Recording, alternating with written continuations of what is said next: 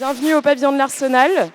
Très heureuse de vous accueillir avec toute l'équipe du pavillon de l'Arsenal et avec Paris Métropole Aménagement. C'est toujours très important, c'est mieux pour nous au pavillon de l'Arsenal de lancer des concours ici parce qu'on est attaché à ce que les architectes, les paysagistes, les urbanistes puissent exprimer leur créativité, leur talent à Paris. Et donc dans un contexte qui est évidemment contraint, c'est très important que des concours soient lancés et qu'on puisse ici également les expliquer. Et donc c'est l'objectif de cette matinée, je crois, avec tous les acteurs du projet, avec les élus que je souhaite saluer, donc le maire du 18e arrondissement, Jacques Baudrier et Anne-Claire Bou, qui sont adjoints et adjointes à la maire de Paris, et également la mairie de Saint-Denis qui sera représentée. Et donc pour que vous puissiez comprendre tous les enjeux de ces consultations qui vont être lancées. Voilà, donc je vais laisser la parole à Rémi qui va animer cette matinée. Merci pour votre présence. Et juste un mot pour vous signaler que vendredi prochain, en matinée, nous lançons des premières conférences européennes ici au pavillon de l'Arsenal avec le C40. Nous voulons faire dialoguer des villes européennes et donc nous lançons une première conférence Milan-Paris avec l'adjoint à l'urbanisme de la ville de Milan. Et nous sommes très attachés à ce projet, donc n'hésitez pas également à venir et à passer tous vos vendredis au pavillon de l'Arsenal. Merci beaucoup et bonne matinée. Merci Marion. Et en effet, Milan à suivre, hein, le plan d'aménagement de Milan, qui date d'il y a déjà 3 ans, prévoit de la désimperméabilisation à grande échelle avec de la végétalisation. C'est très intéressant à suivre. Il faut y aller aussi pour voir comment ça progresse. Merci Marion. Alors, donc, je suis Rémi Cambeau, le directeur des rédactions Ville, Juridique et Data de Cadre de Ville. Vous avez peut-être reçu des mails de cadredeville.com vous signalant le lancement de ces 4 consultations. Alors, bien sûr, ce n'est pas le début de l'aménagement du secteur de la gare des Mines, hein, puisque la cité Charles-Hermite fait déjà l'objet d'attention de la part de la ville de Paris. Anne-Claire Bou, qui est l'adjointe chargée de la politique de la ville, nous en parlera. Bien sûr, Paris Métropole Aménagement a commencé à travailler sur les espaces publics et sur l'aménagement de base. Et puis évidemment, l'Arena, il suffit de passer porte de la Chapelle pour la voir pousser, arrive. Donc c'est l'enclenchement de la phase opérationnelle des développements autres qui se lance ce matin. Enfin, qui se lance ce matin. On va vous expliquer dans quel calendrier ça va se lancer. Mais c'est quand même le passage dans une nouvelle phase de développement de ce grand secteur urbain qui fait partie de Paris Nord-Est, là aussi. On va en parler notamment avec Éric Lejoindre. Si vous voulez me rejoindre, justement, Éric, vous êtes le maire du 18e arrondissement, vous présidez Paris et Métropole Aménagement. Vous allez nous expliquer dans quel contexte ça s'inscrit, asseyez-vous, je vous en prie, dans votre arrondissement. Aux côtés de Jacques Baudrier, qui est l'adjoint de la ville de Paris chargé de la construction. Vous avez été un artisan du PLU bioclimatique, vous allez nous en parler, Jacques, tout à l'heure. Et puis Anne-Claire Bou, je l'ai annoncé, venez nous rejoindre également. Vous êtes l'adjointe chargée de la politique de la ville à la ville de Paris, et la cité Charles-Hermite, vous la connaissez sur le bout des doigts et vous avez lancé déjà de nombreuses interventions, et puis ça va continuer. Alors, et puis la ville de Saint-Denis, on l'a dit, sera représentée par son adjoint chargé de l'urbanisme et de l'aménagement durable, c'est Adrien Delacroix. Bienvenue Adrien. Vous êtes également conseiller territorial de Plenco, vous occupez d'habitat et de foncier, c'est-à-dire que vous tenez un peu tous les fils hein, là, sur ce plan-là.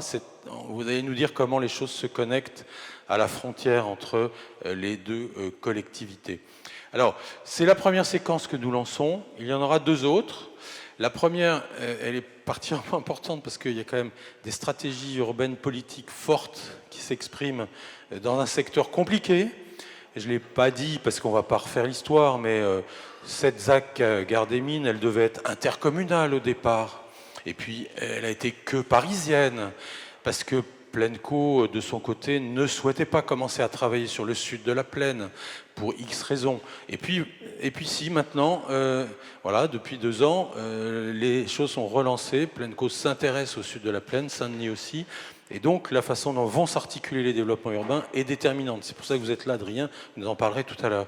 Donc, cette première séquence, elle va être clé, bien sûr. La suivante, elle va consister à vous présenter le projet ZAC Gare des Mines. Et puis, enfin, on va vous présenter chacun des lots dans la troisième séquence. Voilà. Alors, commençons, si vous le voulez bien. J'ai été trop long, bien sûr, comme d'habitude, comme tous les journalistes bavards. Et, cher Éric Lejoindre, donc, ce secteur de la gare des Mines s'inscrit dans un grand secteur Paris Nord-Est qui joue un rôle clé dans votre arrondissement. Merci beaucoup pour cette introduction. Merci beaucoup à toutes et à tous d'être présents. Moi, je suis très heureux à nouveau devant beaucoup de visages qu'on finit par connaître parce que c'est pas la première opération importante du 18e qui est lancée ces derniers mois ici au pavillon de l'Arsenal. Donc, je suis très heureux d'être là et merci à Marion et à toute l'équipe du pavillon de nous accueillir. Et de nous accueillir dans une cohérence pour présenter ce projet. Parce que vous l'avez dit, mais j'insiste, avec l'équipe de la maire de Paris et notamment Jacques et Anne-Claire, mais aussi avec l'équipe de Mathieu en Seine-Saint-Denis. À Saint-Denis, on travaille beaucoup et depuis assez longtemps sur ce secteur de la gare des Mines. Et c'est vrai que ça devait être, il y a 10 ans ou 15 ans, une des premières pierres du grand réaménagement de la Porte de la Chapelle. Ça ne l'a pas été. D'abord parce que les calendriers, comme vous l'avez dit, des uns et des autres ont changé, et y compris celui de la ville de Paris. Et je commence là-dessus parce que c'est un élément important qui décrit le contexte dans lequel aujourd'hui on présente ce projet de la gare des Mines, parce que nous avons décidé avec Anne Hidalgo il y a presque 10 ans qu'il fallait en fait commencer par le parc Chapelle-Charbon, était prévu pour être l'aboutissement de l'ensemble des aménagements. Et on s'est dit qu'on ne pouvait pas finir par le Grand Parc, qu'il fallait au fond commencer par là.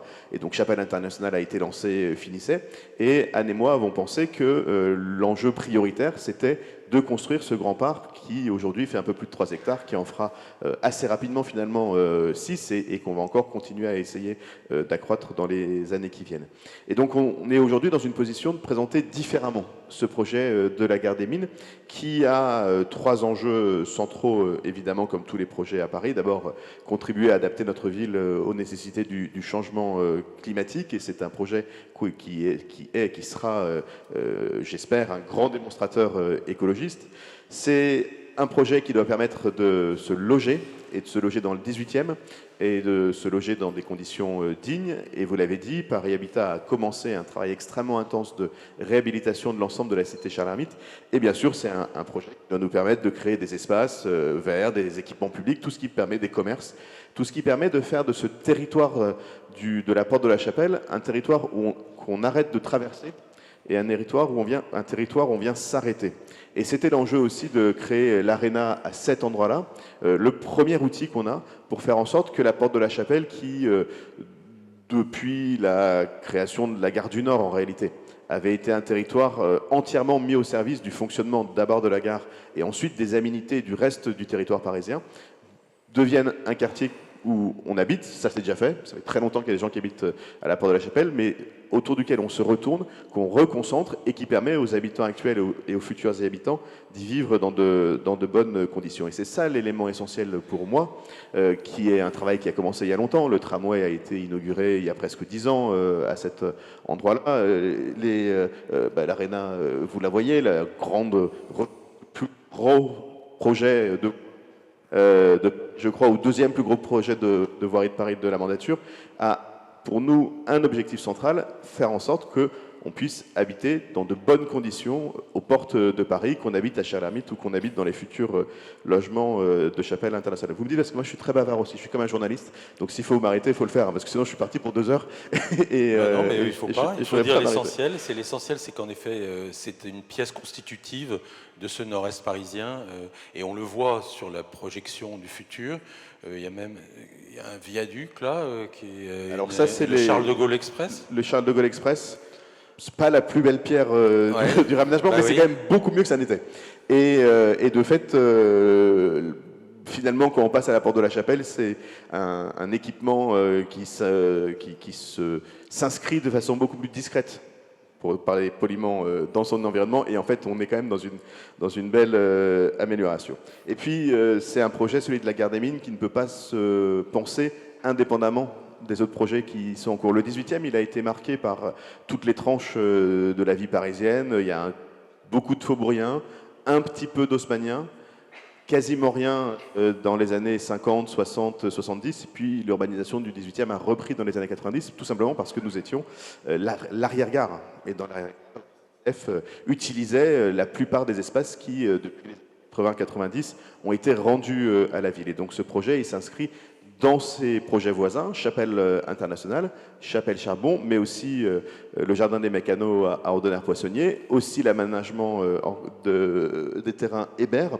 Et donc c'est en réfléchissant à l'ensemble de cet enjeu qu'on va pouvoir penser ce projet. Tout à fait. Allez, dites un dernier mot, mais je voudrais enchaîner, allez-y. Et donc les objectifs, évidemment un quartier d'aujourd'hui, c'est-à-dire qui met au cœur les enjeux liés à l'avenir de la planète, un quartier où on vive bien, c'est-à-dire qui ait les aménités qu'il faut, qui ait la densité d'habitants suffisante pour permettre que ce soit un vrai quartier et pas un endroit où on vient dormir la nuit et on repart. Un quartier mixte dans lequel, y compris, il faut que nous arrivions à produire, et y compris produire des biens matériels, parce qu'on est convaincu, je le suis, mais la maire de Paris l'est tout autant, qu'il faut qu'on pense aussi la place de la production en centre-ville. On a bien vu que tout faire produire en Chine et les entreposer en France, c'était pas totalement écologique et c'était pas du tout, c'était pas non plus efficace. Et donc on veut un quartier dans lequel on vienne, dans lequel on puisse vivre, mais dans lequel on ne s'enferme pas. Et donc l'enjeu, il est là. C'était un territoire qui était mis au service du reste de Paris. Aujourd'hui, il va continuer à avoir des aménités qui vont être utiles au reste de Paris, mais ça doit être d'abord un quartier pensé pour et avec en tête la vie des habitants qui y sont. Ça fait très longtemps que les habitants de la porte de la Chapelle le méritent. Et le tout, c'est pas mineur, hein, on le reverra dans la matinée, en apprivoisant le périphérique. Absolument. Alors, sur la carte précédente, on le voyait presque, mais le grand Paris Nord-Est, en fait, Paris, c'est le duopôle Gare de Nord, Gare de l'Est, puis là, ça remonte, et on pourrait aller jusqu'à Pleyel, parce qu'il y a un ensemble urbain, en réalité. Les urbanistes ont travaillé à cette échelle-là, et ça paraît évident. Adrien Delacroix, donc, désormais pleine commune, Saint-Denis, sont liés avec des conventions de coopération avec Paris, notamment pour le développement des portes. Ici, vous avez attaqué le travail sur le sud plaine, avec l'AUC notamment. Alors, comment est-ce que vous voyez le développement de ce sud plaine, nord de Paris, ensemble? Le sud du territoire, que ce soit le sud de la ville de Saint-Denis, le sud de la ville d'Aubervilliers, n'était pas jusqu'ici, jusqu'en 2020, une priorité d'aménagement.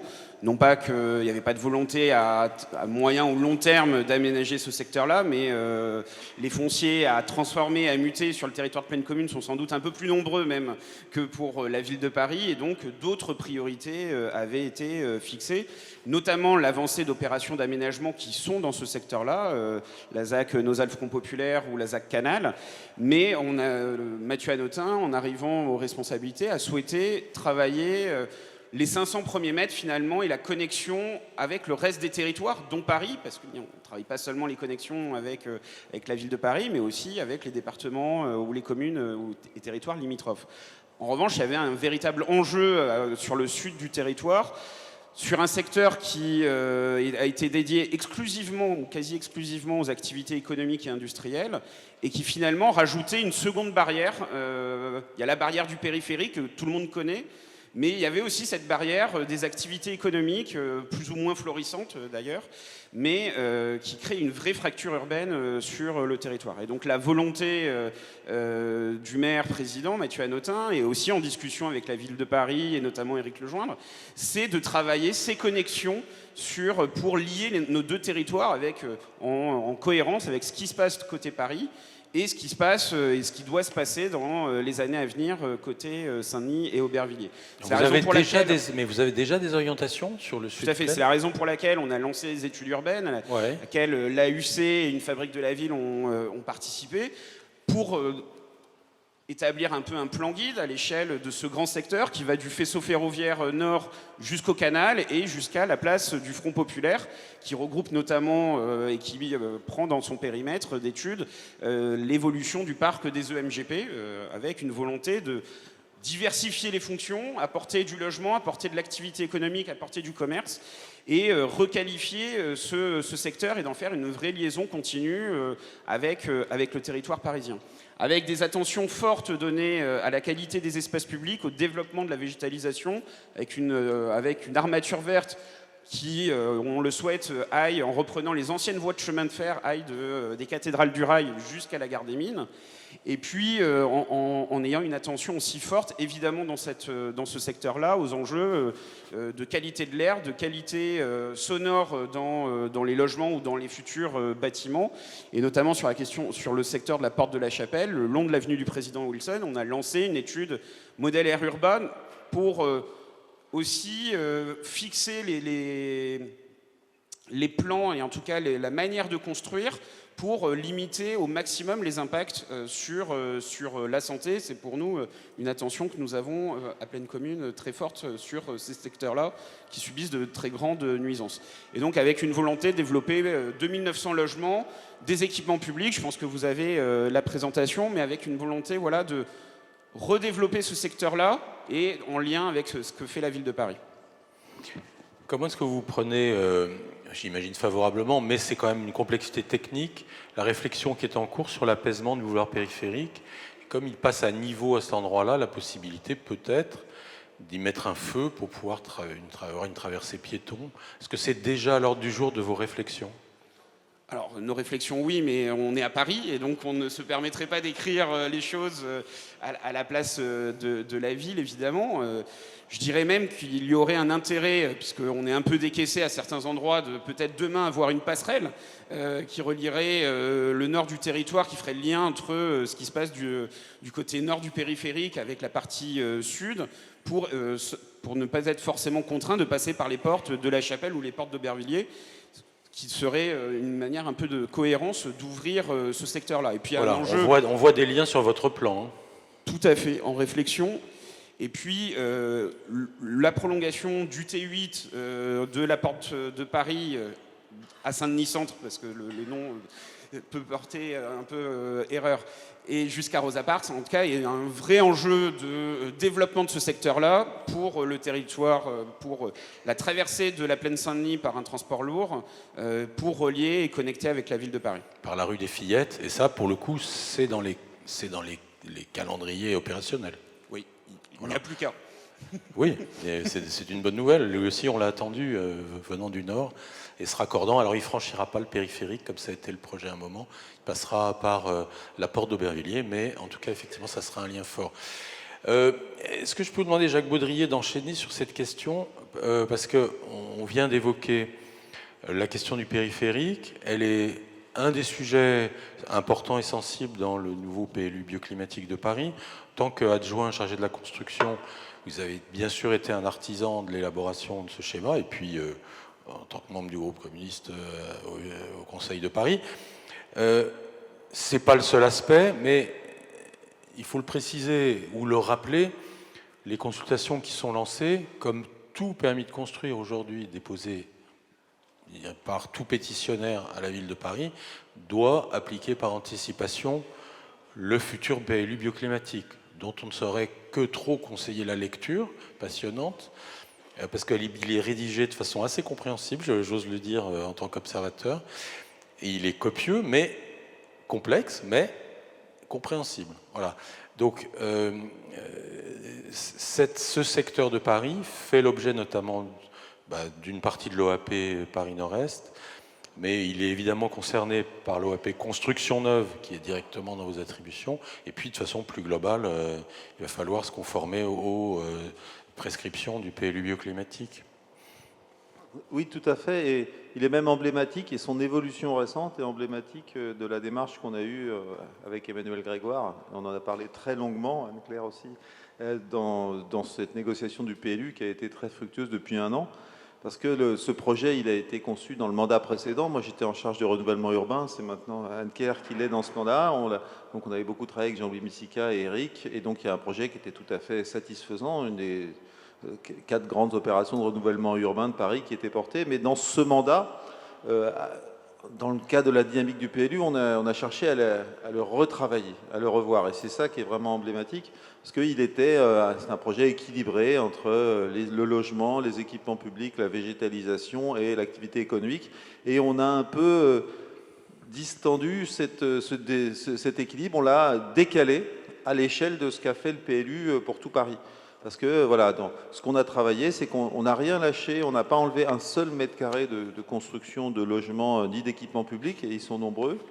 Mais par contre, on a poussé les curseurs nettement plus loin du niveau de la végétalisation, avec une augmentation, Anne-Claire reviendra, de la part du végétal. Par contre, on a enlevé un peu d'activité économique tertiaire, voilà, à l'échelle de la dynamique qu'on fait pour l'ensemble du PLU. Et puis on a aussi beaucoup rogné sur l'espace dévolu à l'automobile, parce qu'on crée une ville où la part de l'automobile sera encore beaucoup plus faible. Et ce secteur emblématique, parce que vous avez parlé du T8 qui va le desservir, mais à terme, il y aura aussi la ligne 15 du Grand Paris Express, qui sera au cœur d'un nœud de transport extrêmement bien desservi. Donc voilà, dans le projet aujourd'hui, par rapport à celui il y a 3-4 ans, il y a nettement moins d'espace de stationnement en surface, donc clairement beaucoup plus d'espace donné à la végétalisation. Donc voilà, c'est un nouvel équilibre qui est emblématique de l'équilibre du PLU, et c'est peut-être le quartier de Paris qu'on a le plus retravaillé complètement en phase avec l'évolution du PLU. Et plus généralement, quelles sont les contraintes que fixe le PLU bioclimatique à la construction neuve, puisque donc il va y en avoir tout autant que de la rénovation, puisqu'il y a une partie patrimoniale, on en parlera tout à l'heure. Alors, on est en avance de phase sur l'évolution de la réglementation nationale, donc c'est les RE 2020+, voilà, donc on est plus exigeant, et dans les consultations qui vous sont présentées, on souhaite que vous portiez les curseurs au maximum dans la construction durable. C'est notre ambition à Paris d'être, voilà, c'est le curseur au maximum, donc privilégier au maximum les matériaux biosourcés. Je vois beaucoup de représentants d'interprofessions de matériaux biosourcés dans la salle, voilà. Donc c'est la construction bois, l'isolation que en matériaux biosourcés, comme dans toutes nos constructions à Paris. Des fenêtres en bois, enfin tout ce qui est au maximum, pousser les curseurs au maximum, la végétalisation du bâti au maximum, la biodiversité, donc l'adaptation, les animaux, en particulier les oiseaux, parce qu'on avait beaucoup construit en faisant en sorte qu'on ait de moins en moins d'animaux à Paris, donc c'est aussi une évolution importante. Et donc en termes de chiffres, l'objectif de ces consultations, c'est être au max à 580 kg de carbone par mètre carré construit, et pas à 1 tonne comme précédemment. Donc voilà, le but c'est d'être, pousser les curseurs au maximum, c'est ça qu'on attend de vous. Et comme on l'a fait d'ailleurs sur un bâtiment emblématique, mais pas sur la gare des Mines, mais de l'autre côté des Maréchaux, qui est l'école Chapelle-Charbon, qui va être une de deux écoles démonstratrices de grands équipements publics scolaires à l'échelle de Paris. Un mot peut-être sur le périphérique, comment on l'appréhende, parce qu'il traverse le projet.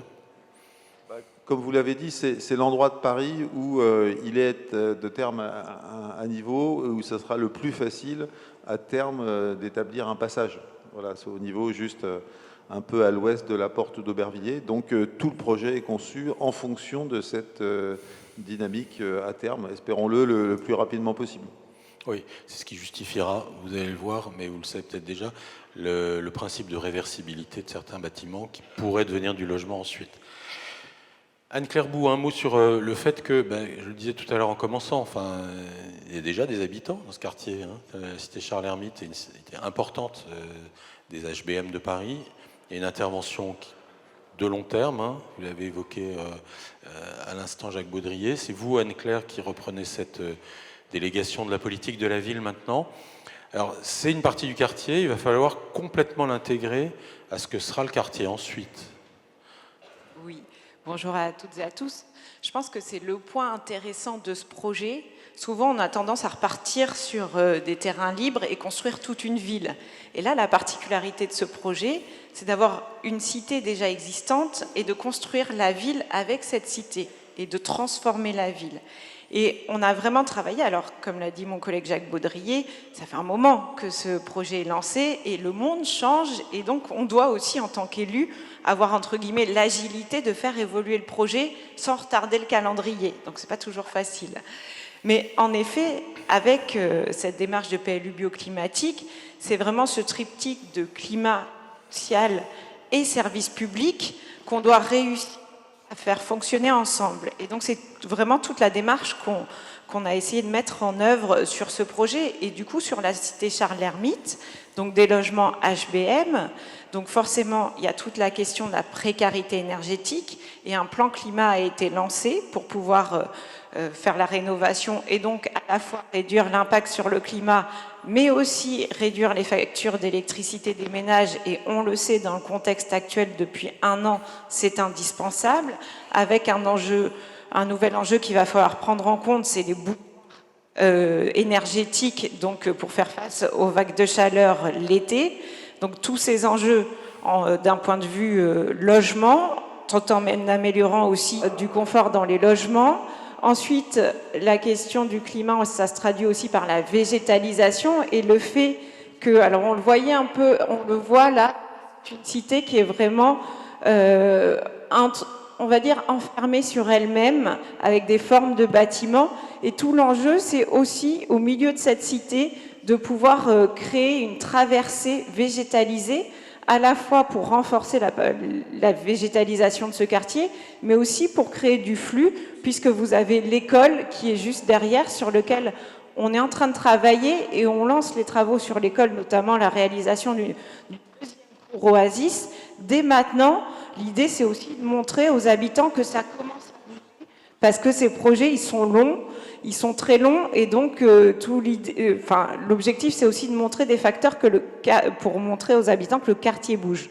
Donc toute cette intégration de la végétalisation qui nous a aussi permis, quand on a revu le projet, de sauver une partie des arbres d'alignement qu'on voyait sur la photo tout au début de la matinée. Vous avez des grands arbres le long des maréchaux, et donc dans la première version, une partie de ces arbres disparaissait. Donc en revoyant le projet, on maintient ces arbres, et on sait à quel point ces arbres ont un rôle de climatiseur dans notre ville. Donc toute cette évolution. Et sur la partie service public, la création d'un centre de santé directement intégré dans cette cité Charles-L'Hermite. Donc une partie des logements, notamment les logements en rez-de-chaussée, vont être transformés à la fois pour du service public, à la fois pour des commerces. Et donc, on va intégrer ce centre de santé. Alors, je remercie pareil Habitat qui doit être représenté aussi, puisqu'en fait, c'est pas si simple. Je vois Hélène Schaurer que je salue. C'est pas si simple de faire un centre de santé dans ce qui a été avant des logements. Donc voilà, et ces 3 aspects qui ont été mis en œuvre pour, au final, adapter la ville au changement climatique et aussi permettre de faire de ce quartier un réel quartier de vie avec un confort de vie dans les habitations et à l'extérieur. Alors vous l'avez dit, il y aura une question d'ouverture qui se posera dans la cité, donc de connexion peut-être avec certains des lots sur lesquels vous allez candidater. Donc il y a une question la restructuration n'est pas terminée. Il va falloir là que l'articulation avec les futurs nouveaux lots elle se fasse aussi par les espaces publics, par les circulations. Et puis les habitants vont être associés à la croissance de ces nouvelles constructions là, qui viennent juste devant leurs fenêtres. Oui, tout à fait. On a aussi engagé une démarche de participation citoyenne sur ce projet. Et là encore, je salue Paris Métropole Aménagement qui travaille. On parlait de projets, je disais tout à l'heure que ces projets étaient très longs et qu'il fallait aussi pouvoir impliquer les habitants, leur montrer que les choses bougent, mais aussi les associer pour pouvoir faire en sorte que ce projet réponde vraiment à leurs enjeux. Et donc, il y a tout un travail qui a été réalisé. Et si on a revu ce projet, c'est aussi grâce aux contributions des habitants et des habitantes qui ont fait des remarques sur ce projet. Et là, on continue à travailler, notamment un certain nombre de préfigurations, comme il y a un des terrains qui a été utilisé pour faire de l'urbanisme transitoire et qui permet d'animer le quartier, parce que c'est un quartier qui, on dit Paris, ville hyper connectée, mais en fait, en réalité, dans les quartiers politiques de la ville, il y a encore des enclaves qui sont finalement... Même si le métro il n'est pas si loin, en fait, c'est des quartiers qui sont très enclavés. Et donc, on a même des résidences derrière le périphérique. Et dans cette zone-là, on a Valentin-Abeille. Donc, tout l'enjeu, c'est aussi de commencer à préfigurer cette vie de quartier. Et ça a été fait avec ces activités où on a vu plein d'enfants revenir pour faire du sport, avoir des pratiques artistiques sur cet espace qui était très riche. Et on va continuer. Maintenant, on est en train de lancer une phase d'urbanisme transitoire dans les logements, puisque pour faire ce plan climat et cette rénovation énergétique, on est obligé de vider les logements et avec une opération à tiroir, mais n'empêche que certains habitants vont quitter le quartier, peut-être revenir après en fonction de leur désir, mais on a ces logements qui sont vacants et on va profiter aussi de ces logements vacants pour faire de l'urbanisme transitoire. Et ce qui est très chouette avec l'urbanisme transitoire, et je m'arrêterai là après, c'est qu'on l'a fait aussi au nord de la ZAC avec le collectif MU, qui est tout un projet musique, solidarité, artistique, et que finalement cet urbanisme transitoire qui devait être là juste le temps qu'on démarre le chantier, on va la pérenniser sur le site et on va garder cette activité culturelle, comme quoi l'urbanisme transitoire peut aussi parfois donner des idées et se pérenniser. Et ça participera du cahier des charges d'un des lots. Dernière chose, les habitants seront associés au choix des lauréats des consultations qui sont lancées ? Alors, on développe de plus en plus des méthodologies qui permettent d'associer les habitants et les habitantes. On l'a d'ailleurs fait sur Chapelle-Charbon, qui est juste à côté, puisqu'on a... Avant, on essayait d'associer les habitants au jury, mais c'est pas toujours simple. Vous connaissez la taille de vos dossiers, la complexité, donc c'est pas toujours simple pour des habitants et des habitantes de pouvoir avoir un avis sur ces dossiers techniques.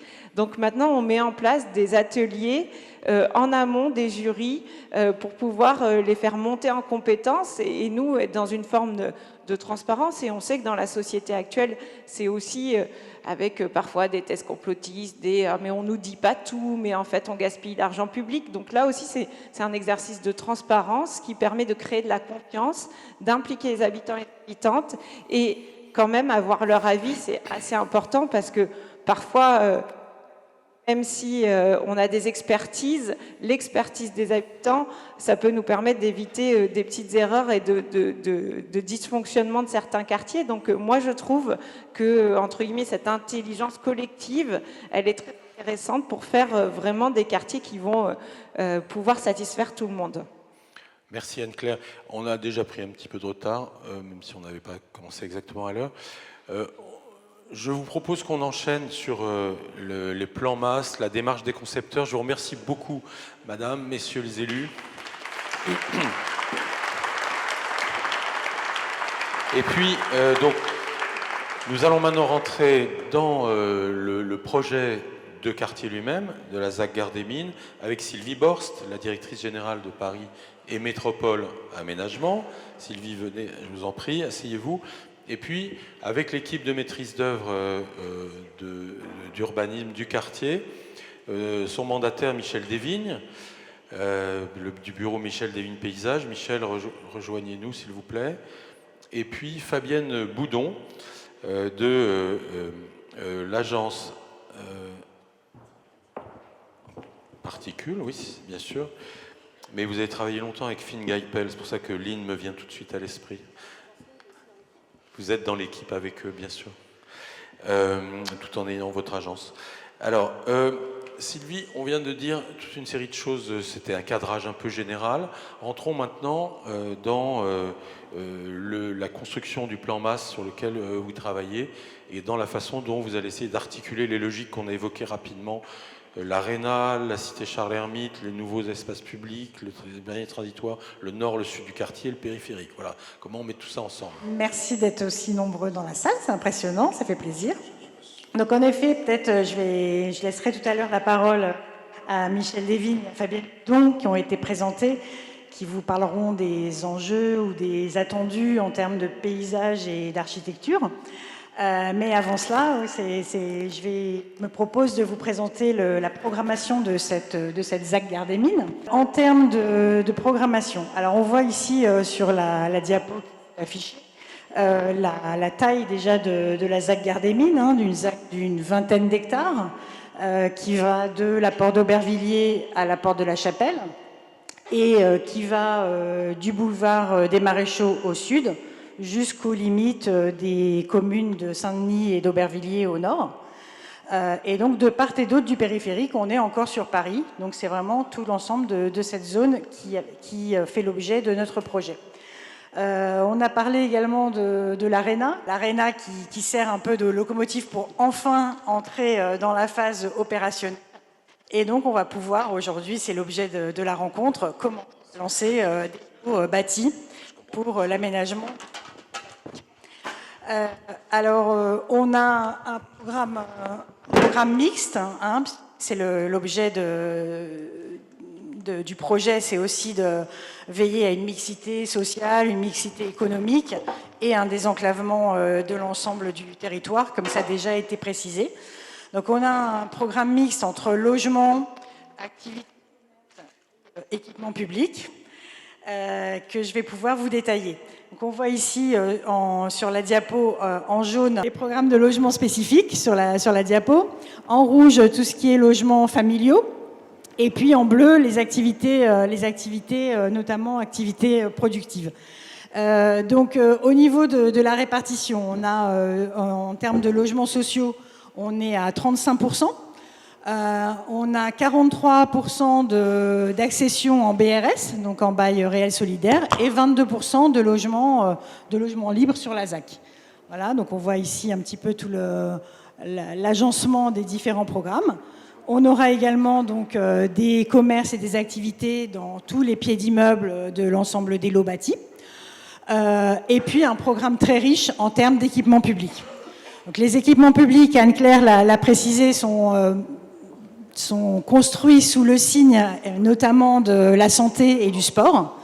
Donc on a non seulement l'ARENA qu'on voit ici, mais aussi d'autres équipements sportifs de proximité qui font partie du programme.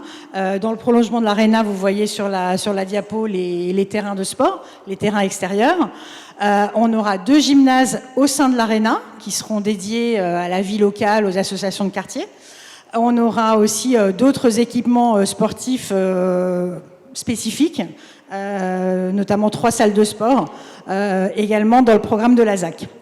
En termes d'équipement public, on a également un centre de santé qui a été mentionné par Anne-Claire, un équipement culturel aussi qui fait partie de la ZAC, et la station MU également qui a été mentionnée, qui sera intégrée dans le programme final. Voilà. Alors en termes d'activité, on a également un hôtel qui est prévu sur la ZAC, proche de l'ARENA. Et puis nos 65 000 m² d'activités économiques et productives qui vont se développer essentiellement sur le nord de la ZAC. On les voit en bleu sur la diapo. Voilà en gros les grandes lignes du programme. Bon, j'en ai peut-être oublié, mais on reviendra au fur et à mesure de la matinée.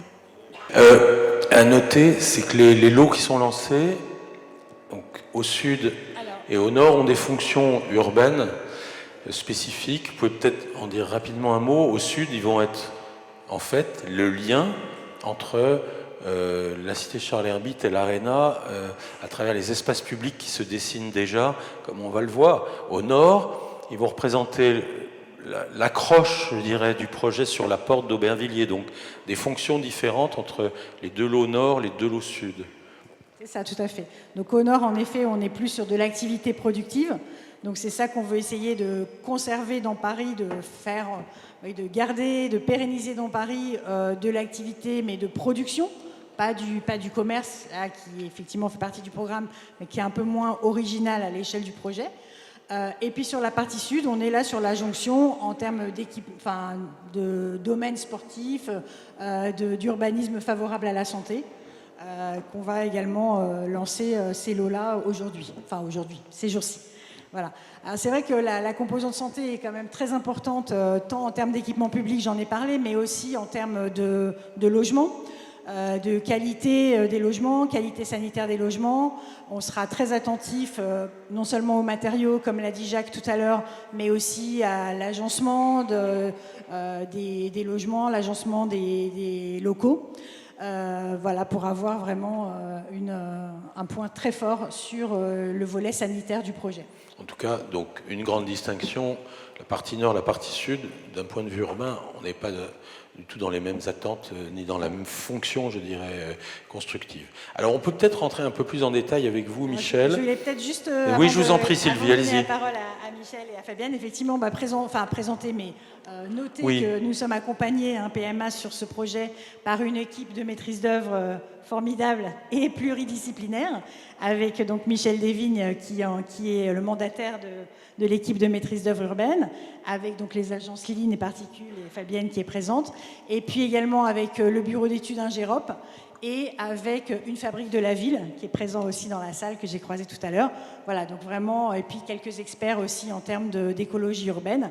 Et PMA est en plus accompagné par Indigo sur le volet bas carbone et stratégie énergétique. Donc ça nous donne un peu l'ampleur de notre ambition sur cette ZAC. Et on va en reparler avec les cahiers des charges tout à l'heure. Adeline Chambre, votre directrice de l'aménagement, en parlera bien sûr.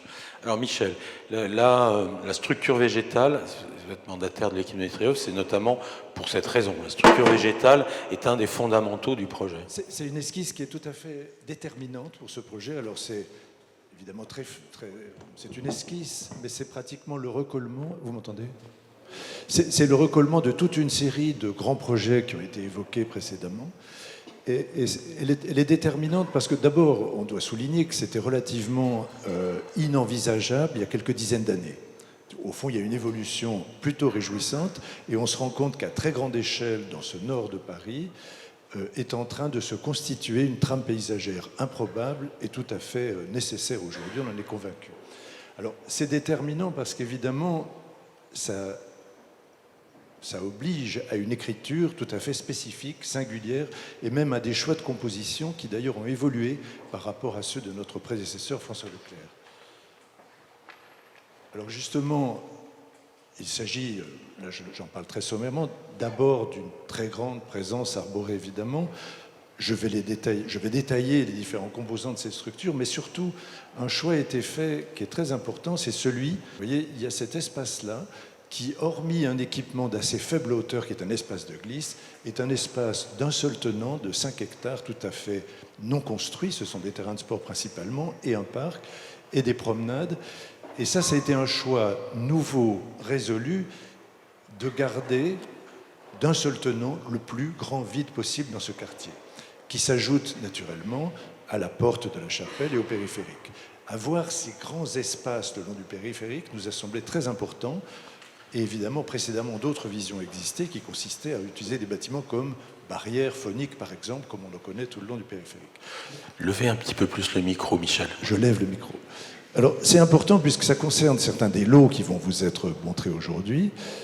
Et ces lots, du coup, ouvrent sur un vide assez considérable. D'une part, au nord, mais au sud, sur des continuités paysagères. Par rapport au projet précédent, le choix qui a été fait est justement de donner un caractère résolument très végétal à l'ensemble des espaces publics qu'on va observer. Alors j'avance un peu plus vite. Alors, premier élément constitutif, on le connaît un peu tous le long du périphérique, c'est la présence de sortes de cordons boisés de part et d'autre. Bien entendu, il est répliqué, dupliqué sur la partie nord, il existe déjà en partie, et ces continuités sont importantes, on le voit, parce qu'elles s'inscrivent dans une charpente paysagère de très grande échelle pour le nord parisien. Alors, on en parle parce que ça concerne ceux-ci, les deux autres lots situés au nord qui vous seront présentés. Donc, deuxième structure arborée importante, c'est celle qui s'inscrit dans les espaces strictement publics. Et ces espaces ont évolué récemment, notamment cette promenade plantée que je vais vous décrire est une très grande continuité. Vous voyez, il y a une mire qui vous montre 100 mètres, donc ce sont des centaines de mètres continus d'espaces publics végétaux. Ça nous a obligés à imaginer une écriture. Alors, s'ajoute, alors là, moi je suis définitivement perdu, pardon. S'ajoute à cela, et cela vous concerne, une structure végétale qui s'inscrit dans les parties privées et qui relève de prescriptions. Mais c'est bien d'un tout dont il s'agit, et donc ce n'est pas une collection de jardin indépendant, c'est une structure végétale où chaque pièce compte et où chaque élément est en cohérence avec cette vision. Alors, évidemment, les choses vont vite, puisque, comme vous pouvez le voir, le parvis de l'Arena est presque achevé, évidemment, pour les Jeux Olympiques, ce qui nous a permis d'avoir une écriture tout à fait précisément déterminée, celle qui vous sera prescrite, et aussi de faire valider, accepter, d'avoir des prototypes et de donner une qualité maîtrisée à ces espaces publics qui relève d'une grande ambition. Alors, évidemment, une photo de chantier est une photo de chantier, mais vous pouvez aller voir justement la qualité de ces espaces en construction, le soin, les moyens dédiés à ces espaces extérieurs plantés comme minéraux. Et une image déjà ancienne, il s'agit d'espaces publics minéraux, il s'agit de places, de promenades qui sont plantés. Donc cette typologie qu'on observe de plus en plus, qui est mixte entre un espace public et un espace paysager. Et je trouve ça extrêmement intéressant, et c'est donc ce qui nous a été permis sur l'ensemble de ces espaces publics. Donc c'est à la fois très urbain, très intense, on le souhaite, et en même temps avec une très forte présence végétale. Y compris dans les voies, ceci est la fameuse promenade plantée, ceci est une esquisse bien entendu, où a été limité au plus petit les surfaces praticables, mais quand même nécessaires. Il y a des pompiers, il y a des réseaux, il y a beaucoup de monde, mais on a à la fois une densité d'arbres importante et une présence de sol ouvert, planté, tout à fait importante, qui nous sert, on en dira deux mots, à gérer l'eau évidemment. Au fond, c'est une grammaire assez connue. Ce qui est un peu plus atypique, c'est de s'attaquer à un quartier de cette ampleur avec une écriture cohérente partout, y compris dans les espaces privatifs. Alors, la place qui concerne également à proximité de des lots qui seront montrés, et justement, un espace relativement simple, c'est un pavage, il est plus ou moins poreux, il y a des arbres. Et moi, je suis très attaché à cette écriture et je remercie la confiance qui m'est faite sur le fait qu'on tient à cette écriture. On ne déroge pas, on n'embellit pas, on ne décore pas, on accepte une certaine rigueur et constance dans le dessin. Alors évidemment, les esquisses ne sont pas extrêmement sexy, mais c'est quand même ce caractère qu'on souhaite donner. Ce n'est pas une collection d'espaces publics. Donc on dit deux mots sur les cordilots qui sont justement extrêmement plantés, et c'est nécessaire pour participer à cette grande charpente, mais c'est aussi nécessaire pour des raisons écologiques et des raisons de gestion de l'eau. Une étude a été faite pour la ville de Paris concernant les forêts urbaines, qui est très importante, et qui est très précise, qui a été faite avec une écologue, Marine Linglard, qui est toujours impliquée dans ces projets-là à Paris. Ce qui définit ce genre de boisement n'est pas, comme le montrent seulement les images, quelques arbres sur une place, mais il y a toute une notion de stratification, de densité, d'espèces, de cohérence d'espèces, de proportion entre les surfaces accessibles ou pas. C'est ça qui définit ces fameuses forêts urbaines, quelle que soit l'échelle que l'on considère. Et cette précision est utile même pour les petites cours. Je veux dire, c'est cette cohérence-là que l'on recherche. Ce n'est pas du tout un gadget. C'est-à-dire qu'elle va influencer aussi les prescriptions des lots qui vont être soumis, c'est ça? Alors complètement, et d'ailleurs j'essaye d'accélérer, et c'est justement cette image qui en témoigne. Voilà un exemple d'un espace qui serait prescrit, l'un de ceux que vous devrez imaginer. On observe qu'il y a une topographie qui justement permet la gestion des eaux en surface, c'est extrêmement important. Les exigences données en matière de gestion de l'eau sur le quartier sont importantes et c'est bien entendu normal. Et ça suppose une écriture particulière de ces espaces. Et vous observez ce que je tentais de décrire, une présence justement d'arbres et de végétaux stratifiés, densifiés, relevant d'une palette extrêmement précisément prescrite. Enfin, je crois beaucoup à ce foisonnement à grande échelle de ce genre de mesures. Donc ce n'est pas une collection de jardins qui ressemblerait à ce qu'on voit dans les revues. C'est rare d'avoir une grande cohérence de ce type. Alors on montre des exemples que vous connaissez, qui sont d'ailleurs moins exigeants écologiquement, même si ça a déjà 40 ans, je ne les commande pas. Ça, évidemment, ça a un sens sur le dessin des sols, sur la présence des proportions minérales ou pas. Et donc je crois que c'est ma dernière image qui montre justement, parmi ces lots qui vont vous être décrits maintenant, l'importance donnée aux cours plantés, à certaines terrasses. Tout ceci, encore une fois, n'est pas une collection de jolies écritures, mais un ensemble. Merci Michel. Fabienne, vous allez maintenant nous parler des prescriptions architecturales, de la façon dont vous avez conçu, là aussi, une cohérence sur l'ensemble de l'opération. Après, on vous donnera la parole pour des questions, bien sûr. Donc c'est vrai qu'on a conçu les formes urbaines vraiment en lien et en dialogue avec ce travail de Michel Desvignes, et donc en laissant d'abord ce qui structure en fait les formes urbaines, c'est le vide et l'espace végétal, à la fois dans les grands découpages d'îlots, mais aussi des formes bâties en laissant une grande place à la pleine terre. Vous le voyez aussi dans le rapport des îlots ouverts au sud, qui forment un dialogue avec la cité Charles-Hermine HBM, typique des îlots ouverts. Pour tenir ce principe et cet objectif, on a travaillé sur 3 grands principes urbains. Le premier, ça a été présenté aussi par les élus, c'est ce lien important et cette cohérence qu'on va aller chercher entre le sud du périphérique et le nord du périphérique, à la fois dans la cohérence architecturale, je vais en reparler, mais aussi dans les porosités qui ont dicté ces formes urbaines. L'objectif, c'est qu'on ait aujourd'hui des porosités d'abord visuelles, de part et d'autre, et puis peut-être demain des traversées piétonnes de part et d'autre du périphérique, à certains endroits stratégiques du périphérique. Ce que ça permet, en fait, ce dessin de porosité nord-sud, c'est de limiter les façades exposées au périphérique. On est sur des plus petites sections sur les façades exposées au périphérique. Et puis, on peut ouvrir des logements traversants, plutôt orientés est-ouest, moins exposés aux nuisances sonores et pollution du périphérique actuellement.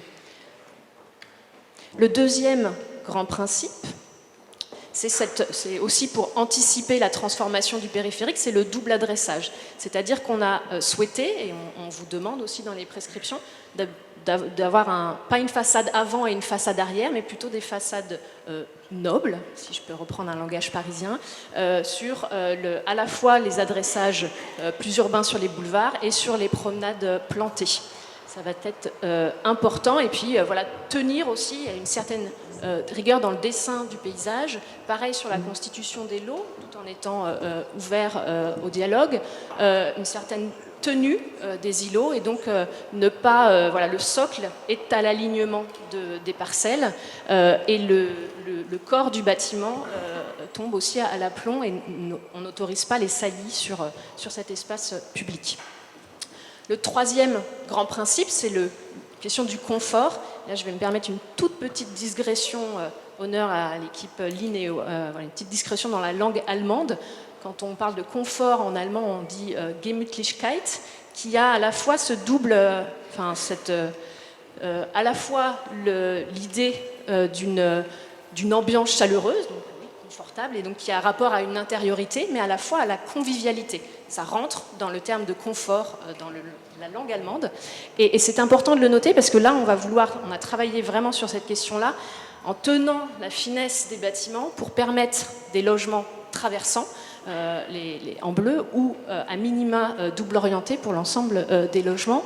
Et ça, c'est important pour pouvoir avoir un accès à la fois jardin et à la fois sur les espaces publics, et donc lier cette intériorité et cette extériorité. Vous l'avez compris, on cherche une cohérence entre le nord et le sud, mais il y a quelques spécificités et des grandes familles dans ce travail que je vais présenter très rapidement. Mais au sud, vous avez donc ces bâtiments sportifs qui s'ouvrent sur les terrains de sport, et puis les îlots jardins qui ont une porosité qui rappelle la cité HBM. Et au nord, vous avez le bâtiment outil qui rentre dans cet objectif de production des activités au nord de l'ensemble des îlots qu'on a appelés les patios, qui eux vont accueillir les activités mais avoir une exigence de réversibilité sur ces lots-là, et puis l'émergence station sur la porte. Pour rentrer un tout petit peu plus en détail dans les prescriptions architecturales et l'écriture architecturale, on a vraiment construit un dialogue et presque une politesse avec différents éléments de notre voisinage, à la fois les EMGP au nord et la cité Charles-Hermite qui est concomitante, à la fois dans le plan, c'est-à-dire qu'on reprend aussi ce principe d'îlot ouvert avec l'accès depuis le jardin au logement, et puis à la fois dans le dessin en volume du bâtiment et sa lecture en volume.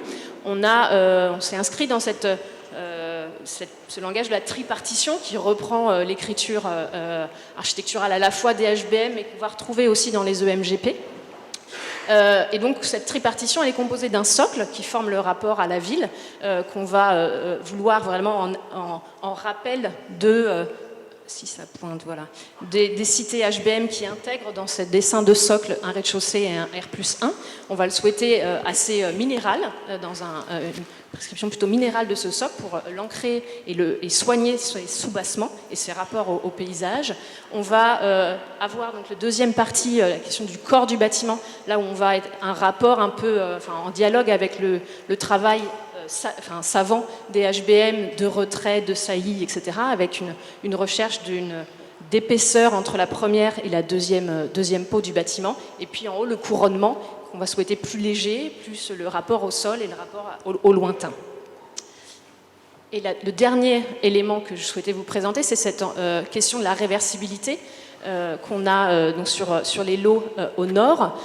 Alors on l'a travaillé à la fois dans les épaisseurs des bâtiments évidemment pour permettre de transformer des surfaces d'activité en logement avec des épaisseurs fines, et puis on l'a souhaité aussi dans l'inscription des façades qui doit permettre à la fois d'accueillir du logement et de l'activité sans avoir à modifier les grandes façades et donc en économie aussi de matériaux dans la durabilité, ce qui est un enjeu de la ZAC important. Merci. Merci Fabienne. Alors, y a-t-il des questions après tout ce qu'on vient de vous présenter? Il y en a sans doute. Vous n'avez pas mentionné le stationnement? Est-ce qu'il y a du stationnement dans le secteur ou... Il n'y a pas de stationnement souterrain dans le programme, en effet. Il y a du stationnement dans le secteur, qui n'est pas plein, du stationnement souterrain, du coup, des parcs existants. Donc on a fait une étude de stationnement, de mobilité, et donc on n'a pas de volonté d'intégrer du stationnement dans notre programme. On est d'accord, dans le périmètre, on n'en voit pas, même en surface. Il est autour. Adeline Chambre, rejoignez-nous. Bonjour Adeline, venez, vous n'avez pas encore de micro, mais on va... Ouais, c'est ça, prenez celui-là. Et puis, comme promis, donc, vous êtes là d'abord pour parler de l'ensemble du cadrage, bien sûr, mais également parce que Paris Métropole Aménagement est maître d'ouvrage d'une des consultations, le LON 3. Alors, on va donc en parler, mais... vont nous rejoindre également les maîtres d'ouvrage des 3 autres lots. Hélène Schferer, d'abord pour Paris Habitat, vous êtes la directrice générale adjointe, ce sera pour le lot S4.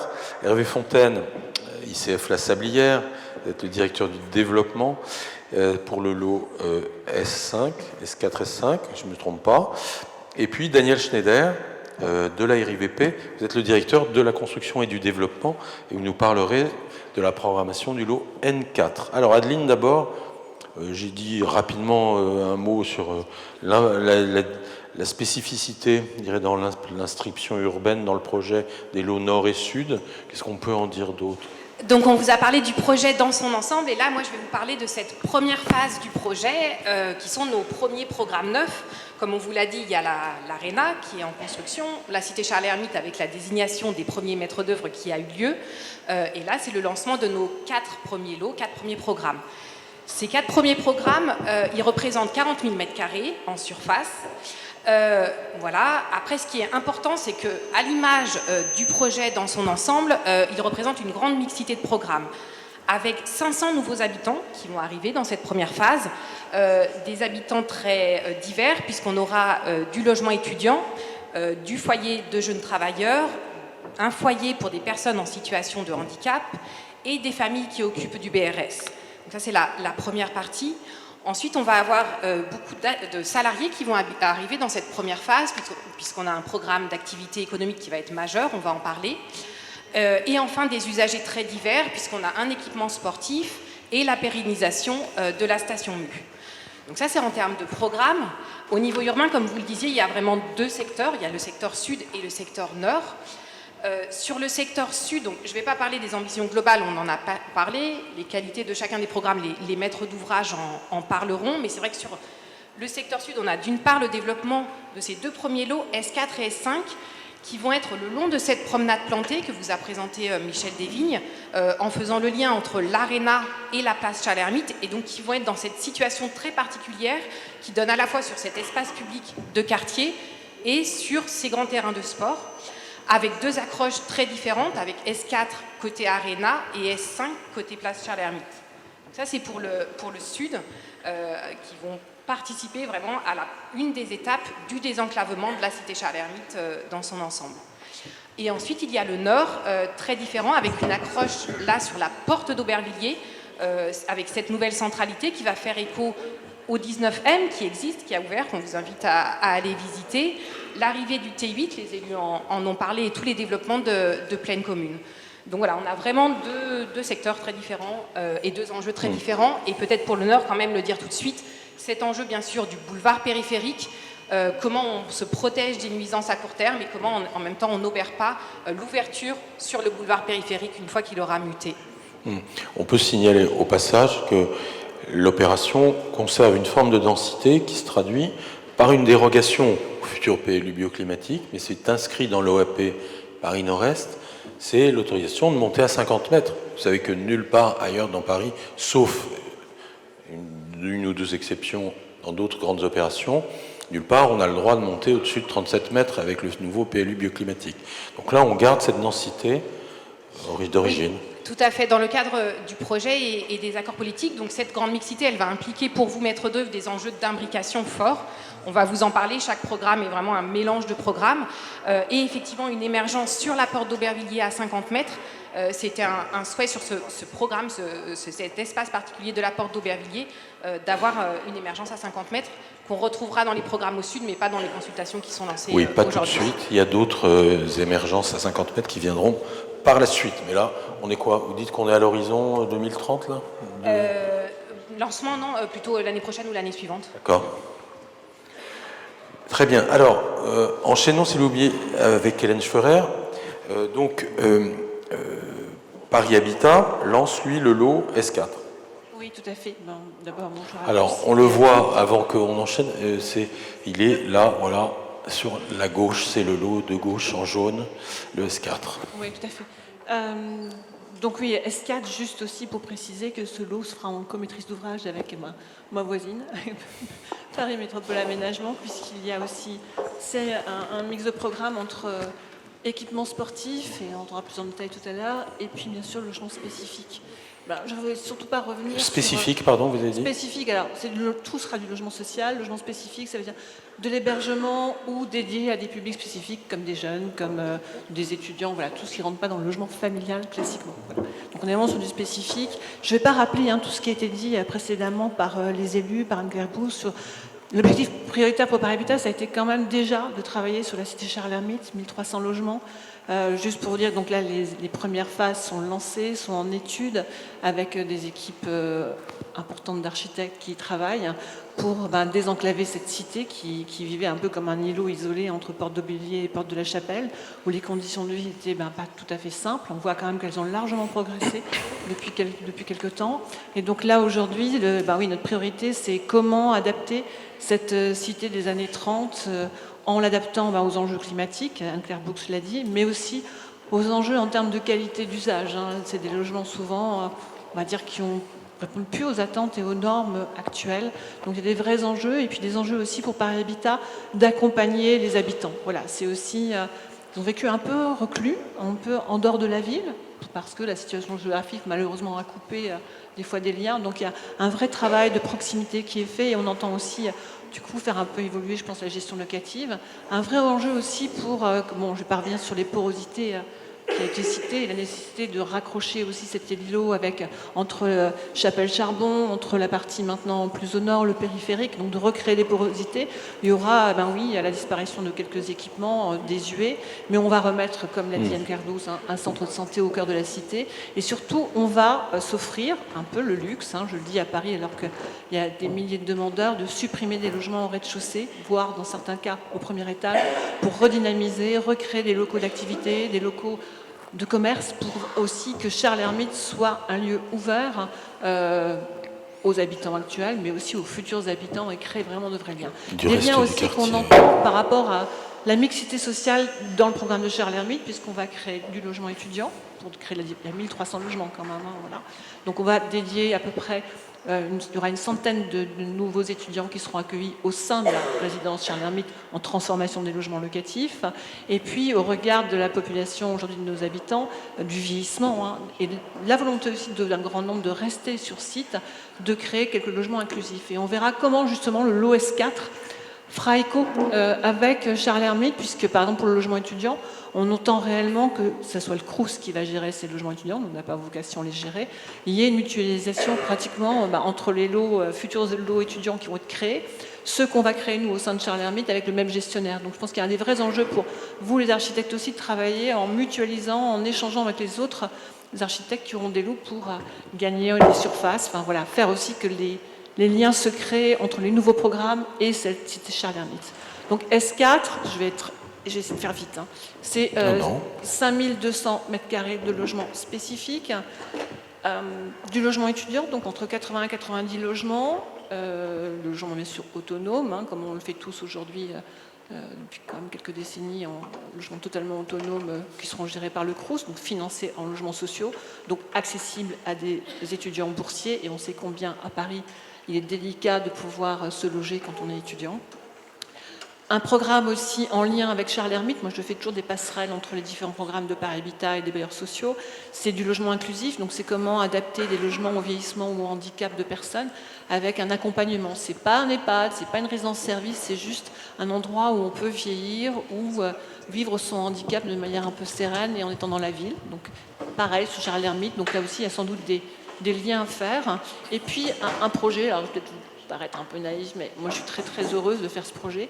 Ça sera un ERP, c'est un centre, enfin c'est un, je ne sais plus parler du coup, vous voyez, un foyer de vie avec hébergement. Donc ça sera complètement dédié à des gens qui sont porteurs du trouble du spectre de l'autisme. Voilà, donc je pense qu'on est tous confrontés, on connaît tous des situations dramatique, puisqu'il y a très peu de lieux d'accueil pour des populations, enfin des autistes. Donc, je suis très contente de réaliser avec mes équipes ce type de foyer.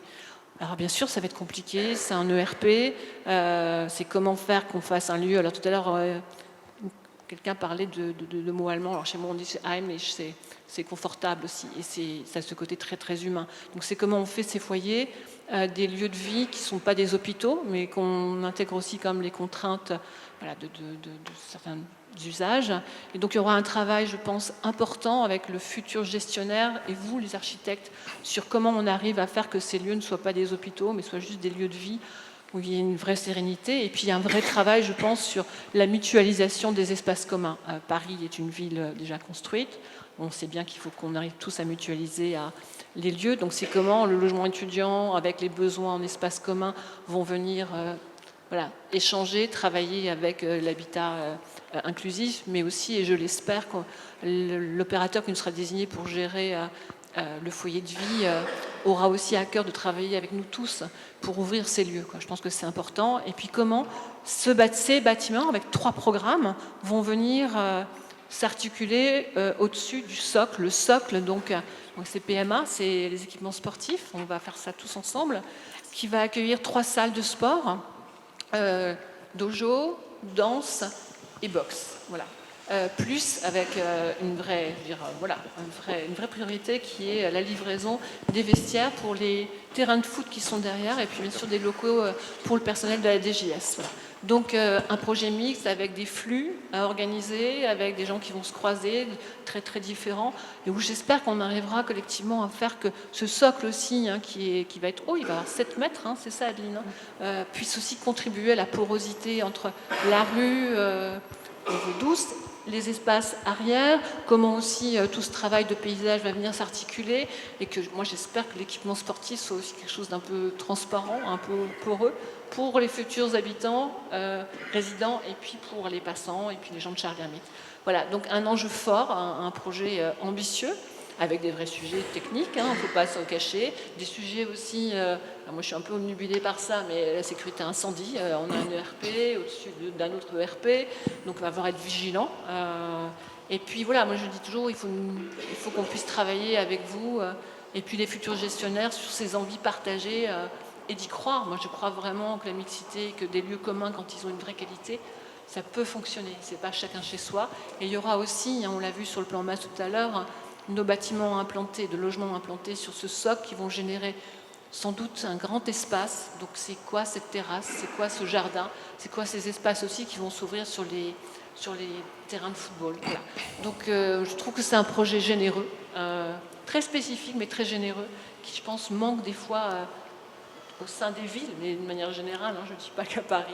Donc je suis très très contente de porter avec mes équipes, avec Nicolas Mouillon, ce projet. Donc là on lance la consultation, choix des maîtres d'œuvre, des 4 équipes qui vont concourir, bien sûr en lien avec PMA, pour la fin décembre. Et puis on le souhaite tous avoir un lauréat, une équipe qui sera donc composée de 2 architectes, un paysagiste, les bureaux d'études, vous en faites votre affaire, sécurité, incendie, tout ça, puis bien sûr en termes de développement durable, vous connaissez tous les priorités de Paris sur ces sujets. Voilà, donc moi je suis ravie, et puis j'espère qu'on va trouver les bonnes équipes, et je vous fais confiance pour travailler ensemble. Voilà. Merci. Le dossier donc est déjà en ligne, si je comprends bien. Il va l'être là sous peu.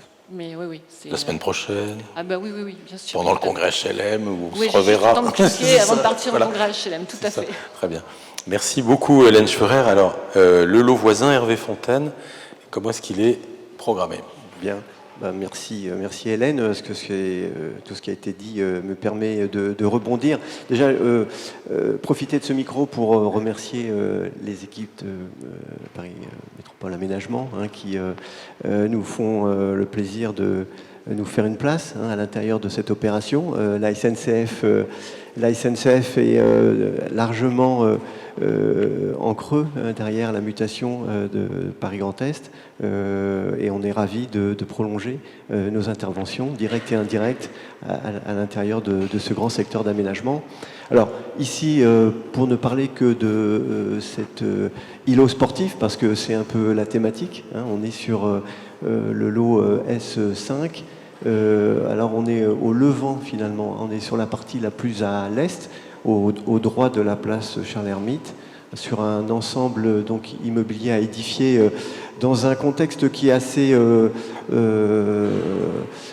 nouveau, on va le dire comme ça. Il n'est pas singulier mais nouveau, puisque c'est l'alliance de plusieurs bailleurs qui va rendre possible cette opération.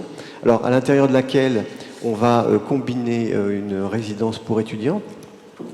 On va y ajouter du BRS, et on aura également une offre en résidence jeunes travailleurs. Alors le tout permet de stabiliser de l'ordre de 6500 m² de surface de plancher. Et puis à cela, on a également, comme tout ça a été rappelé, ce socle actif à vocation un peu économique. On aura également sur ce pied d'immeuble cette dimension à traiter. Donc le calendrier pour prolonger le propos et puis bien vous dire qu'on est en tuilage avec Paris Habitat. L'idée étant de profiter de la phase avancée, en tout cas de cette amorce qui est déjà forte de Paris Habitat, pour disposer de l'acquis d'un lauréat qui, sur le lot 4, en deuxième peut-être fin de première partie de 2024, nous permettra d'éclairer correctement nos équipes de maîtres d'œuvre qui vont donc être invités sur le lot S5. Donc voilà, il y a une espèce de tuilage et on souscrit complètement à cette idée qui traverse nos discussions depuis l'origine avec Grand Paris Aménagement. Donc on n'est pas encore en mesure d'éclairer correctement ce projet, sinon dans ses grandes ambitions, dans ses fondamentaux tels qu'on l'expose ce matin. Sans doute qu'en fin d'année, on sera en mesure de poser plus clairement le cahier des charges, la fiche de l'eau, et puis avancer en première partie d'année 2024 avec cet appel à candidature auquel nous sommes extrêmement attachés pour ne rien retarder dans cette affaire. D'accord, merci, c'est clair. Alors, on va passer au nord, chère Adeline, avec Daniel Schneider, de la RIVP, vous êtes la directeur de la construction. Alors, pour le coup, on est dans des programmations originales très différentes de celles du Sud. Tout à fait. Bonjour à toutes et à tous. La RIVP a la chance d'avoir été désignée sur une parcelle qui a une histoire, puisque c'est la parcelle qui comporte 2 bâtiments qui sont la gare des Mines. Donc c'est l'intitulé du secteur d'aménagement. Et en fait, l'histoire, c'est que le charbon lorrain arrivait à Paris par des voies ferrées qui aboutissaient à la gare des Mines, avec ensuite des quais de déchargement où était stocké le charbon qui arrivait à Paris. Donc ces bâtiments sont des bâtiments des années 50. L'exploitation d'apport de charbon s'est prolongée jusqu'au début des années 80. Et donc, effectivement, la RIVP a aussi la responsabilité de garder cette histoire dans le cadre de son projet. Alors, ces 2 bâtiments de la gare des Mines sont actuellement occupés par le collectif MU, qui a créé un lieu de destination qui s'appelle La Station, qui exploite une salle de concert où les jeunes de toute l'Île-de-France viennent très régulièrement, et un espace de restauration notamment. Il y a d'autres fonctions aussi qui sont assurées. Donc la demande de la ville et la conviction de la RIVP aussi, c'est qu'il faut, je dirais, magnifier cette occupation actuellement provisoire et la pérenniser. Ensuite, le projet, tel qu'il est en cours de conception par l'architecte coordonnateur du secteur d'aménagement, c'est un socle qui fait rez-de-chaussée plus 2 étages, qui sera occupé par une pépinière d'entreprise ou un hôtel d'entreprise de la RIVP. Donc l'hôtel d'entreprise que développe la RIVP, les hôtels d'entreprise, c'est assez simple.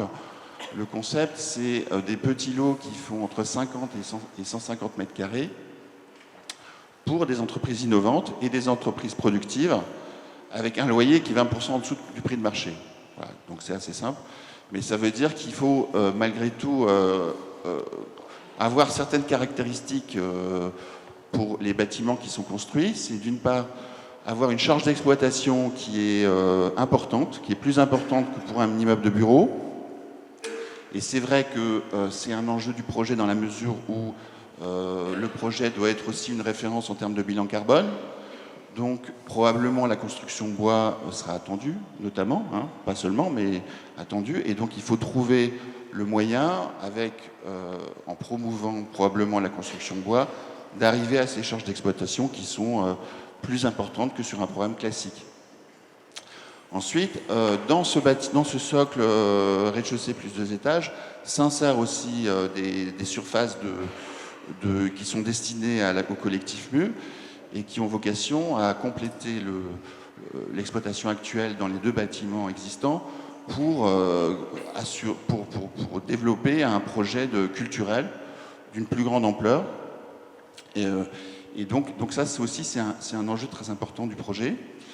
Et ensuite, le 3e élément de programme, c'est une résidence étudiante qui est prévue pour faire à peu près 5500 m² de surface de plancher. Donc ça correspond à peu près entre 150 et 200 logements étudiants, qui sera géré par le Crous de Paris. Et je pense que l'ambition du projet, probablement, c'est d'arriver avec ces 3 éléments de programme à conserver la fonction de lieu de destination, et puis à faire en sorte que les étudiants, le collectif MU et la pépinière d'entreprise puissent peut-être interagir pour faire un projet original. Merci beaucoup, Daniel Schneider. Alors, on vient de vous parler de 3 appels à candidature, consultation d'architectes. La vôtre, elle sera lancée quand? Vous êtes encore en train de finaliser le programme? La nôtre est déjà lancée, donc l'annonce est parue. Elle est en ligne, oui. Voilà, en fin de semaine dernière. Très bien. Le concours sera jugé. Alors, effectivement, à RIVP, on sélectionne en général 5 équipes, et c'est le cas sur ce projet, pour avoir le choix le plus étendu possible sur les projets qui sont proposés. Et le premier jury de concours est prévu au mois de décembre. Et ensuite, on diffusera le dossier de consultation des concepteurs pour une remise de prestations 3 mois après. Très bien. Donc, les 3 consultations d'architectes, vous l'avez compris, sont lancées, vont l'être et le seront début 2024.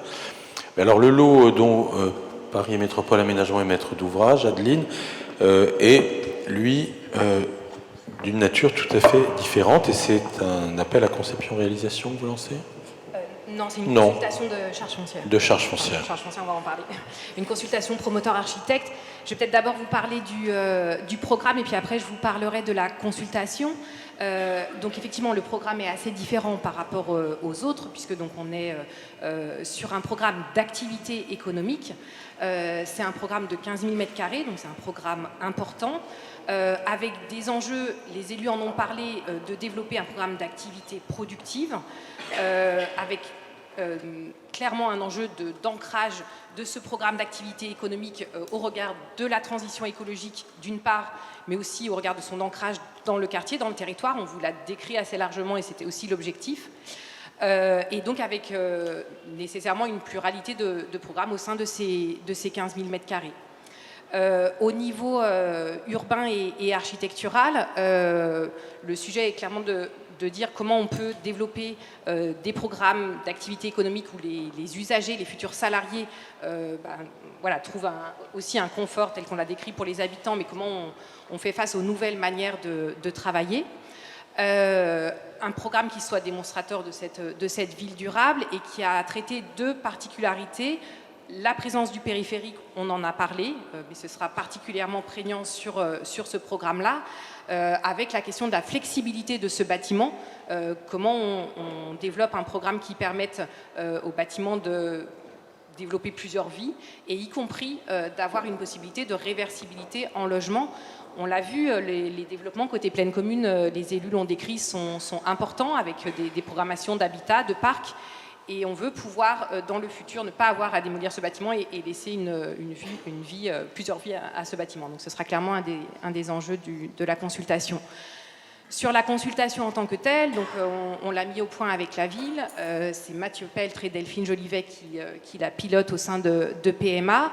C'est une consultation en 2 tours. Il y a un premier tour sur une phase candidature, sur laquelle on va laisser du temps parce qu'on veut que soient constituées des équipes importantes de promoteurs, bien sûr, d'architectes. On va demander 2 équipes d'architectes. Le nombre de mètres carrés est important et ça nous semble bien de pouvoir confier tout ce programme à 2 équipes d'architectes. Un paysagiste, bien sûr, on vous a décrit des enjeux forts paysagers. Tous les bureaux d'études comme Hélène qui vont avec le sujet aussi ici de l'acoustique, enfin ce sujet quand même santé, air, acoustique, il est très important, et des investisseurs et des exploitants. Donc c'est tout le sujet de comment on fait émerger une programmation avec des investisseurs solides, des exploitants qu'on commence à trouver. Donc ça, ce sera pour la première phase. L'idée, c'est qu'on puisse lancer sous 15 jours et puis laisser du temps jusqu'au mois de janvier pour constituer ces équipes, avec donc un programme. La charge foncière, elle sera fixe, elle est en cours de définition, mais elle sera fixe, donc ce sera une donnée d'entrée. Et puis ensuite, une deuxième phase, on sélectionne, nous, entre 3 et 5 équipes. Souvent, on a du mal, souvent on va jusqu'aux 5 équipes. Et puis après, une deuxième phase qui est basée sur la consolidation de la programmation de l'équipe et bien sûr le projet architectural et environnemental. Et donc ça nous mènera jusqu'au fin de l'été prochain. Merci Adeline. Voilà, vous avez été bref et c'était bien, mais du coup ça laisse la place aux questions. Alors, vous voulez reprendre la vôtre sur l'ON3 peut-être ? Je voulais vous demander, Monsieur Schneider, donc on est bien d'accord, votre lot c'est une pépinière, donc ça veut dire que les entreprises restent 3 ans par exemple, et ensuite doivent partir ailleurs, parce que ça peut avoir des conséquences sur le lot d'à côté, on peut avoir des complémentarités justement. Alors en fait c'est un hôtel d'entreprise productif, avec des petits lots. Donc le statut des futurs liens des baux commerciaux ou pas n'est pas encore défini. Donc je pense que c'est pas... En fait, la forme architecturale et la programmation ne diffèrent pas forcément d'un hôtel d'entreprise à une pépinière. Ce qui diffère, c'est ensuite la manière dont on l'exploite. Et ça, c'est pas encore défini. D'accord. Donc j'avais une question sur l'ON3 pour Madame Chambe.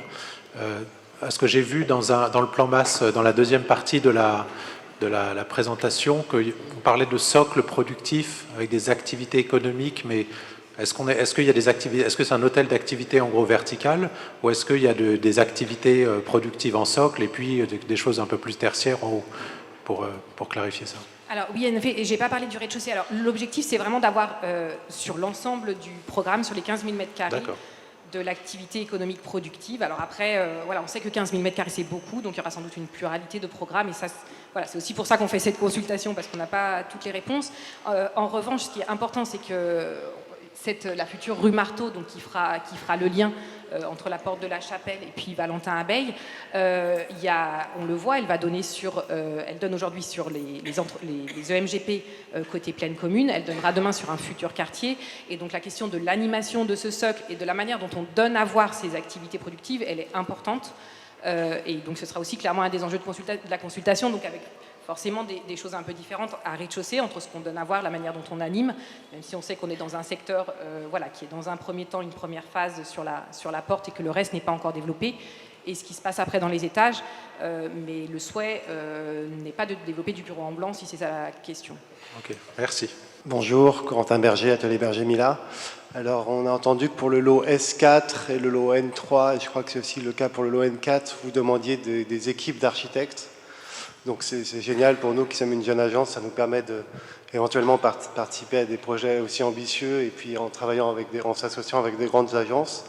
Je voulais savoir si c'était aussi le cas pour le lot S5. Il est parfaitement possible de l'envisager. Si vous voulez, à ce stade, on est tout à fait à l'encourager sur d'autres secteurs, sur d'autres adresses. Voilà, on aime bien mêler les jeunes équipes et puis celles qui ont déjà su briller. Voilà, il n'y a pas de difficulté. Je vous remercie. Mais il n'y a pas encore d'obligation, de demande de... Il faut que vous en parliez. Bon. En fait, du coup, juste, vous l'avez compris, il y a deux lots qui partent en premier, qui sont... pardon, parce qu'on n'a pas fini sur le calendrier. Donc le lot RIVP qui a été lancé, notre lot donc S4 qui va être lancé sous 10 jours. Donc ça, c'est les deux premiers lots. Et en fait, on essaye à chaque fois de mettre au point. Sur Chapelle-Charbon, on a tout lancé en même temps et après on a fait des ateliers. Là, c'est un peu différent. On a deux lots qui sont en avance de phase pour qu'en effet les deux lots suivants, que sont S5 et N3, puissent connaître les lauréats pour concevoir leur projet. Voilà, donc c'est juste le calendrier effectivement qu'on vous affiche là, qu'on est en train d'affiner. D'accord. Alors, question. Bonjour, Skype Architecture. Pour Monsieur Schneider, effectivement, l'appel d'offres de RIVP est sorti, mais il est très peu spécifique, c'est-à-dire il ne parle vraiment que des 5000 m² de logements étudiants. À ce que j'ai vu pour le moment, il y a juste une annonce. Il y a très peu de spécificité, notamment sur la partie activité. Donc je voulais savoir s'il y a d'autres documents qui vont paraître. En fait, on est en train de finaliser avec l'aménageur les détails de la fiche de lot. Donc effectivement, les surfaces sont connues, c'est 9000 m², 5500 m² de logements étudiants, 3500 m² d'activité.